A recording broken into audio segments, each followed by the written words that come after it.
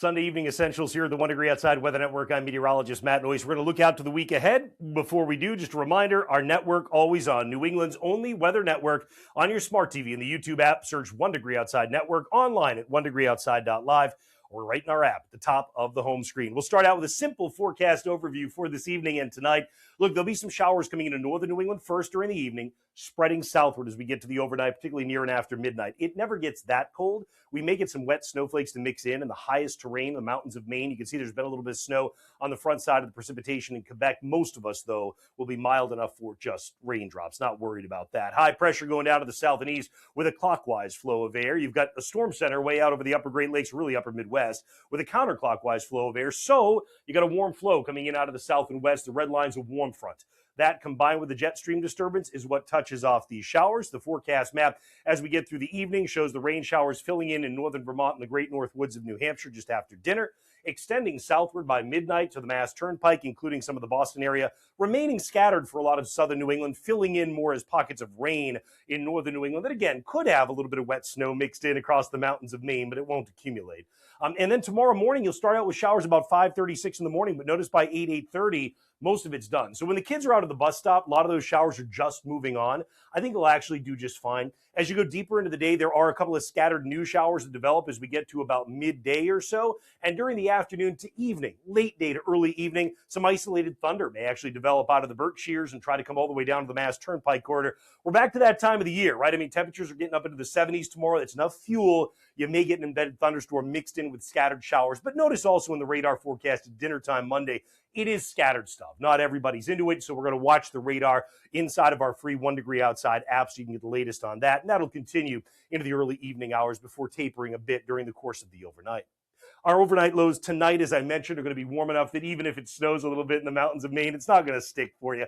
And the school day feels like forecast is remarkable going into this week. Again, I don't think there's a ton of heavy rain or anything like that at the bus stop tomorrow. A couple of showers isolated, still left floating here and there. But we feel like the 60s later in the day. Tuesday and Wednesday, feeling like the 70s at recess and after school. So pretty amazing stretch coming up with the change in weather. If you want to change in garb, swag.onedegreeoutside.com. So that's a look at evening essentials. Now it's time to dive into our early week insights.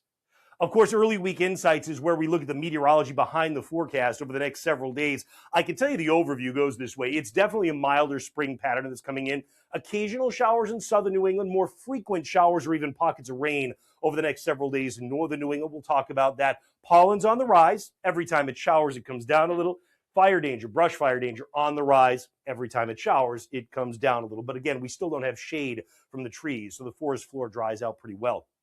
I think Tuesday looks like golf gold for a lot of us. Now, there may be some scattered showers and thunder as we get to the middle or late afternoon in particular, late afternoon into early evening. So earlier tee times are probably better. But by the way, wearing the golf shirt and showing the golf ball flight index looking good for a lot of courses because we have kicked off our yearly golf forecast discussions. We do them every Sunday and Thursday all through the golf season, and we cover every public course in New England. The discussions are broken down by regions of New England. The maps cover literally every public course. Check it out, golf.onedegreeoutside.com. More on membership at membership.onedegreeoutside.com. All right, how about the weather pattern coming up? Jet stream, generally we're on the south side. Remember the jet stream, the fast river of air high in the sky. We've illustrated those faster winds with the coloring here, and it tends to separate cool air to the north from warm to the south. So there's the cool pooling across the western U.S. Here at home, not so much. You might get brief incursions behind some of the disturbances. Generally speaking, we're going to a milder pattern. At the surface, what does that mean? Well, we talked about the showers with the warm front that's going to be coming in here as we get through the day Monday. Tuesday, we wait on that front to return as a cold front. And actually, that's why late in the day and evening, the chance of showers or thunder goes up. We think we kind of do that again as we make our way into Wednesday night and Thursday. That is to say, showers Wednesday night that lead to what may be scattered showers and thunder Thursday. All the while, northern New England with the better chance of more constant rain, southern New England with a better chance of scattered showers. That's the case for our Monday. As we get through the midday, some scattered showers start to crop up again. And in the late afternoon to early evening, again, you can see certainly it's not raining over a large area at any given time. But between 5 and 6 and 7 and 8 p.m., there will be at least isolated to widely scattered showers, a downpour, and embedded rumble of thunder that comes through. So keeping our 1 Degree Outside app handy on that radar tab or hourly forecast will help you out a lot. Tuesday, here's where the line of downpours is in the midday coming across northern Vermont as it presses south. See what I mean? This may try to fill in a little bit as we get toward about 4 or 5 o'clock. That's why I say whether it's golf or any other outdoor plans, I think certainly the earlier the better. But it's a lovely day with the exception of whatever can bubble up. Again, talking about keeping the app with you. If you haven't gotten it yet on the App Store and Google Play, make sure you do. It's free. It's 5 stars. When you get it, say yes to location and yes to notifications. And the reason for that is because if you want the lightning notifications, you need to say yes to having the notifications turned on. Radar tab is awesome. Hourly tab is really helpful. But at the end of the day, just remember, when thunder roars, go indoors, right? In terms of water, how much do we get? It's been dry lately overall. Out of the first round that comes through at the beginning of the week, you've got anywhere between 1/10 and 1/4 of an inch more in northern New England.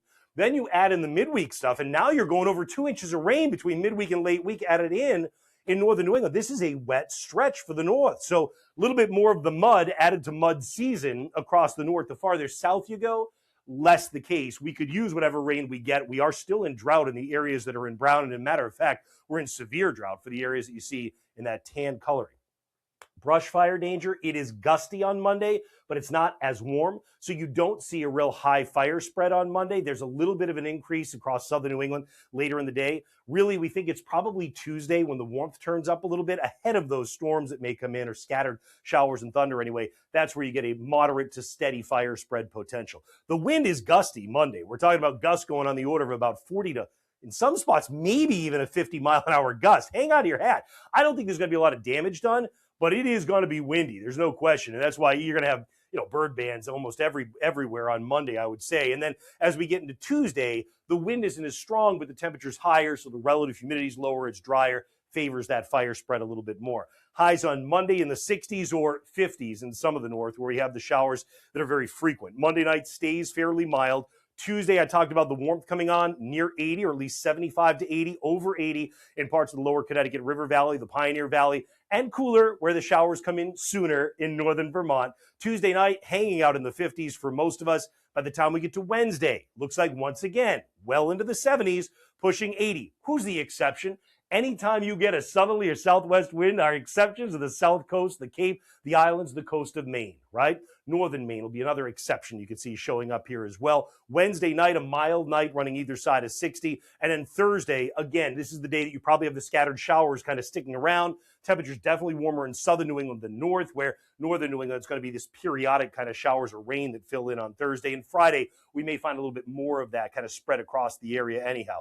In terms of the marine forecast, the waves are going to be up with the wind on Monday, as you'd expect. Very near shore, maybe 2 to 5 feet. But once you start getting even just offshore, you're about 6 to 8 feet or so. And then as we get into Tuesday, the wind begins to, again, die down, even though the temperature goes up a bit. Just watch out if there's an embedded lightning strike in some of the showers in that late day to early evening time frame. A 1 to 3 foot sea for most of us on Wednesday, a little bit higher when you get out by the northern flank. And then getting into Thursday, very similar. Browns Bank is probably about 5 feet on Thursday. So that's the overview on what's coming this upcoming week. We will certainly keep you posted. A reminder, our streaming network always going on your smart TV. Open up the YouTube app, do a search for 1 Degree Outside Network online at 1degreeoutside.live or in our app atop the home screen. We will always keep you posted at 1 Degree Outside.